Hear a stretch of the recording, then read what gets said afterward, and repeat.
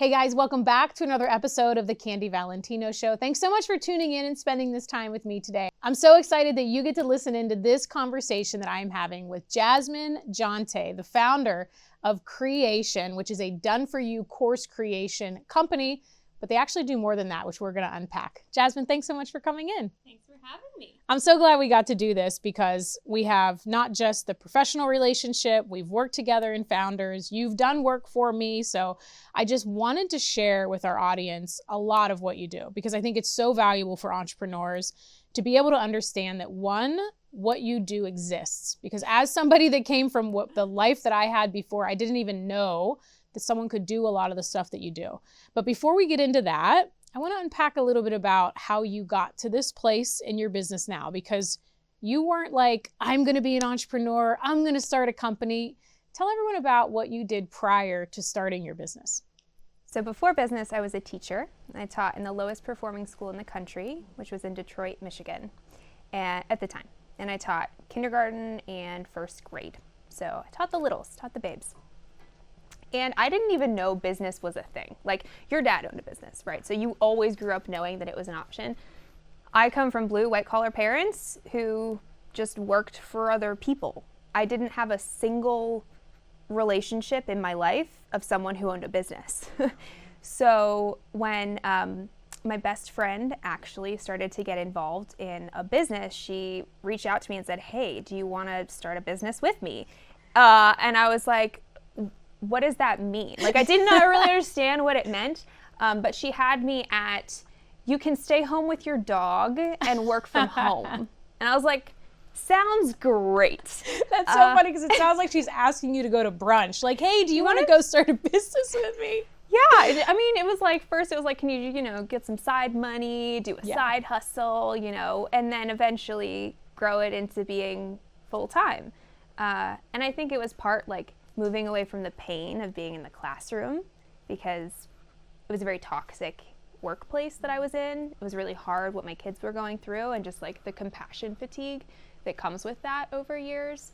But also moving toward the pleasure of, I could actually like live my life by design. I could travel. I could like own a home. I could potentially earn financial freedom. Like that, all of those were completely new ideas outside of the whole, go to college, get a job, work forever for someone else, retire, and then live your life. Like that was the paradigm I had. Yeah. That's so fascinating because that's so different. Like, our own reality is all we know, right? For a certain period of time. So it's so interesting that like you didn't even think about that as an option until it was presented. As somebody maybe that's watching or listening right now, that they're in that place of they have a full-time job, maybe they have a side hustle, maybe they're not 100% sure what they want to do. What was the tipping point for you? I mean, obviously she said you can stay at home, but from when did it go from, oh my gosh, I'm going to go all in and quit my safe job and build this business? I realized that if I didn't take that risk, I would never see the reward that I really wanted to see in life, which for me was retiring my parents. So often we hear, your why has to be bigger than you. You need a why that makes you cry, all that. But that why, that's exactly what got me into action, and like scary big action. Not like, oh, I'm gonna, build my little business and like make a couple $100 extra a month. Like it was like, no, I'm gonna work 80 hours a week and figure this out, like come hell or high water. Like there was no other option. So why bigger than me. Yeah, big why, big leverage. And then what do you feel when you were like, okay, I'm doing this? What were some of the first things that you think you had to overcome first in order to then do it? Because it's one thing to have the idea, I'm going to do this and my why's so big and I have leverage, but then it's a whole other animal to actually go do it. What were some of the things? Was it mindset? Was it being around people? What do you feel were some of the first things you had to get in order to go do it? Both of those things, both mindset and being around other people. I did what Tony Robbins, calls immersion. And I just read every book I could get my hand on. I listened to every podcast I could about entrepreneurship and mindset and limiting beliefs, because I didn't even know what that was. Like the first time I read Jen Sincero's book, You Are a Badass, and she talks about limiting beliefs. And I'll never forget, I'm sitting on the couch in Nashville reading this book, and think to myself, why would anyone have a belief that limits themselves? Like, it was like, I just didn't get it, you know? So, so it was a lot of that, just like immersion into books, podcasts, and then when I could afford them, events. Yeah. And like getting actually in the room. That's so good. Yeah, it's so important in the beginning, right? Because I always say that you can have the best strategies, but if you don't fix the like 6 inches between your ears first, you're going to go try, fail, and then you're going to want to go back to your original job or whatever it is that you're doing. Did you have any of that in the beginning? Did you have any moments where you were like, oh my gosh, what am I doing? I shouldn't have done this. I think I want to go back. Was there any of that? I would often think, wouldn't it be easier if I just, you know, punched my card every morning? Like, wouldn't it be easier than not knowing what I'm doing the majority of the time? Because when you know nothing about entrepreneurship and then you become an entrepreneur, basically just making mistakes all day. And I just remember always weighing that balance with, but that would mean I would have to give up making my own schedule, working from home, like all of the almost like creature comforts that I found in running my own business. So that even though it was hard, it was worth it to me. But yeah, there was definitely moments I was like, oh, wouldn't it be easier? And I'd give myself a 5-minute pity party. But you didn't. You stuck in it. Yep. And what made you get into the company that you started? So obviously teaching background, I know what you do because you've done it for me and worked with me before, and we're going to unpack all of that. But what made you pick that? Did you know right away, or was it just like, oh, I'm going to figure out what this business is? First, after I did that whole personal development immersion, I realized there was this really underserved community of people who were into personal development but didn't have support to stay accountable and support to be connected with like-minded people. And so my first thing was creating programs for those people. Okay. So I took my teaching expertise, I took the personal development I had learned, and I applied it by helping people. And what I quickly realized was my retention rates were nuts. Like, people just didn't leave. And my completion rates were amazing. And I thought, wow, like, okay, so I can apply my teaching skill to this other industry and it'll work. But I could not figure out marketing. Like, huge hole. Had no idea what I was doing. So I started buying courses about how to market your services and how to sell. And I quickly realized they were really bad. Like, these people were doing multiple 7 figures a year, and I would get into their program, open those, digital doors to the course for the first time, and thought, they have no idea what they're doing. It's going to take me so long to get a result from this. So we've all taken a junky course, unfortunately, and I thought, well, isn't that interesting? There are people who really don't have the skill that I have, and I would be able to impact even more people if I couple what I know how to do with teaching, with what they know how to do, which is marketing and sales. So it took me a few years to get there, but once I landed, it was like that perfect fusion of what I'm good at, what I really know how to do, and what I... Yeah, and you saw a need. You saw something that you weren't recreating. I just want everyone to hear all of that you just shared, because it applies to so many people in business. You weren't trying to recreate and invent something. You were taking something that you were like, oh my gosh, these are not very good. I think I can do that better. And you really found the intersection of what you know, what you had experience in, what somebody is already willing to pay for, and then just operating from a place that you can do it better in, and then implementing that and doing it. And I think that's where people get stuck, is they'll see that need and then they don't go do it. But then you were like, okay, wait a minute. And then the other thing I think is so awesome that you said was that you knew you didn't have skills in this area, but you went ahead and developed them. And I think that's another place that entrepreneurs get stuck sometimes, is because they're like, well, I don't know this thing, but I'm going to just try to keep it my way. I don't want anyone to know that I don't know this thing. And then they stay stuck, as opposed to getting the support and the help that they need. And now you're working with all entrepreneurs, a lot of solo entrepreneurs, right? And entrepreneurs of all kinds that need your services. So let's fast forward a little bit in your journey. You found out, okay, these are really crappy courses. I can do better than this. What came next? Facebook, because I knew nothing about marketing, but I knew I had relationships there. And I went to Facebook and said, I'm an online course ghostwriter. Does anyone need to build a course? And sure enough, like first 5-figure client off of one Facebook post. Like it was wild. It was the most money I'd ever made in a day. You know, I come from a $38,000 teaching salary. So it was awesome. And like the processes and the systems and my method and how I worked with clients, it just flew out of me. Like it was the easiest thing in the world. Wow. So that was then. And then now, you know, we do work with a lot of like professional service providers, right, who want to get leverage on their time. And then we work with more established course creators or companies who just need to up-level their programs. Yeah, and give me an example of professional services, because I know we have a lot of people that watch the show.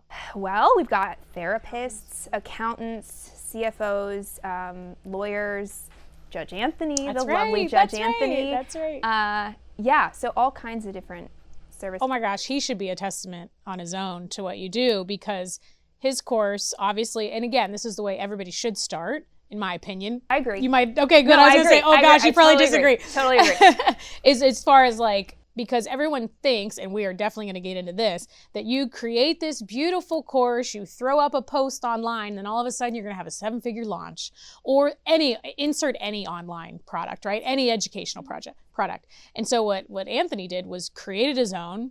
It wasn't the greatest, but he just refined it. And I think if he would have went and spent all of that money up front, he would have quit because he wouldn't have had the result that he had wanted. And I see that a lot in a lot of business owners. So I think for in my opinion, I always say you need to start with what you know, because you need to then revise it and make it better. And you need the feedback, the data from the people that bought it of what's good, what's not.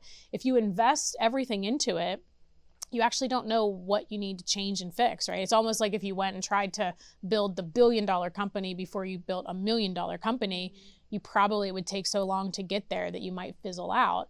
So for anyone that's wanting to create, and I know you said course, but I really think what you do is so much broader as far as like education and training programs for people's employees. And like, I think back in the day, how nice would it have been to have an online portal where all of my staff could go in and hear our values and our mission statements and how we run our customer service standards, so they didn't have to read them in a book.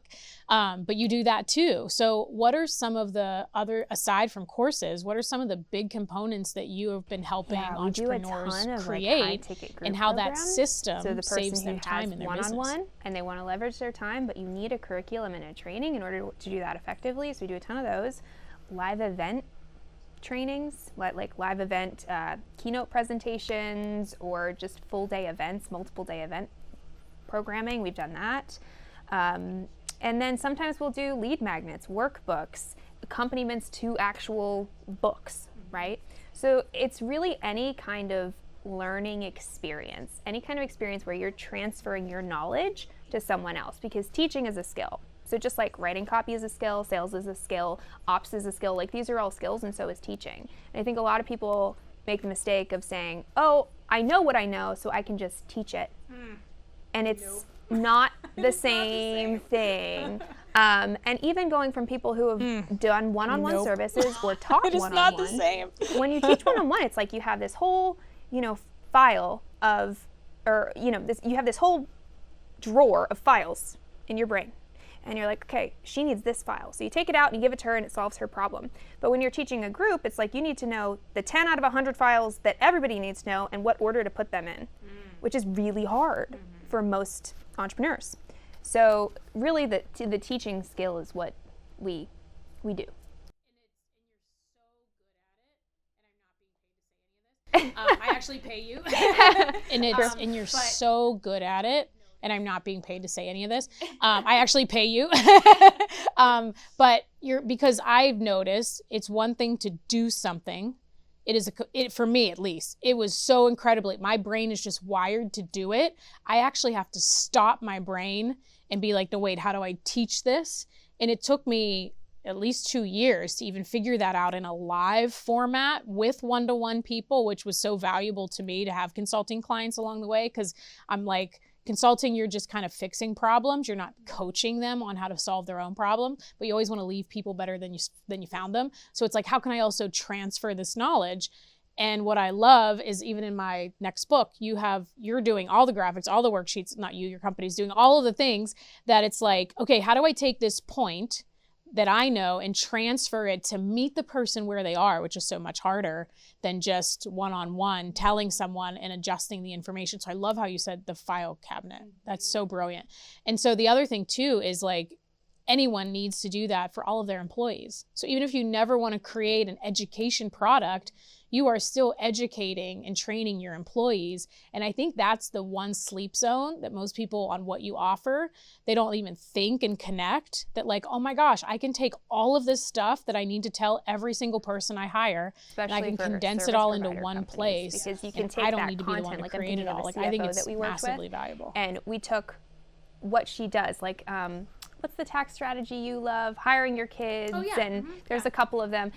Augusta Roll, yeah. So we made little like mini courses related to each of those strategies, so that someone could buy that program off the website and implement it themselves, or they could hire her and her team to do it. But she uses that exact same training to train her new hires, and they use the same resources, they use the same templates, they use the same spreadsheets. Like, it's literally cut and paste.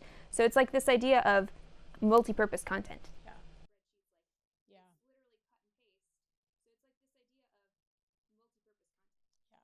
And then it develops your own IP, which is, and again, we talk about this on the show, but is going to increase your valuation whenever you go to exit, because now you have all this proprietary that's baked in, which is one of the key P's on getting a high return on EBITDA. So it's like now you're developing proprietary assets, and you can be like, well, that thing really worked. Let's go trademark that. Let's go copyright a book that's on top of that. And you can see how like it's almost like opening Pandora's box to see where all of these things can go just by doing one thing. And that's what I love. How do we do one thing, one thing, and then get it everywhere? Because it's maximizing your time, right? And we only have so much of that, and that it should have an ROI on it. And what I love about what you do is it's not just like, well, this course has this workbook and that's all it is. It's like now these workbooks can be repurposed for lead gen to try and gain emails for new clients to find out about you. So I love that. Is that something you strategically weaved in, or did you just find out like, oh my gosh, these can be repurposed all over the place and save clients money? Like permission, right? Can I just use my own content that I paid you to create? But can I just use this as a lead magnet? And what's great is like the more clients you work with inside of your program, the more they will give you feedback around, you should take this and make it a mini training and put it in the middle of your funnel. And that's where I get really excited, is the entire offer suite, and how can we put upsells and cross-sells inside of it so that when they're in program 1, they already know about programs 2, 3, and 4, and they can already see themselves inside of it, once they're done with program 1. So, there's all kinds of dynamic things you can do, but you have to think about it from that strategic place, which you're so great at with business, right? As you have this amazing strategic brain, and I do that with courses. Like, how can we get the most out of doing this one thing one time?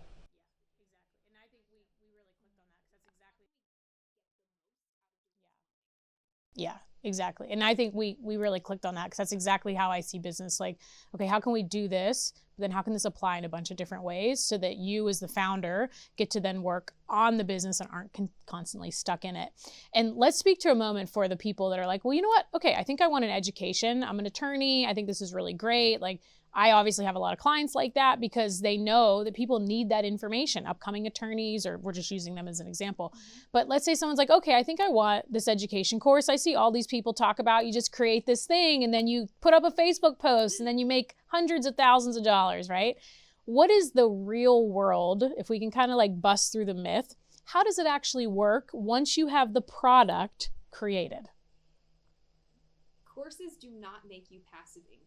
Oh, did you hear that, guys? Okay. Full stop. I didn't pay her to say that. Courses allow you to leverage your time. And with the extra time that you have, you can then work on marketing so that you have a business that's running without you needing to spend time to create income. Say that one more time.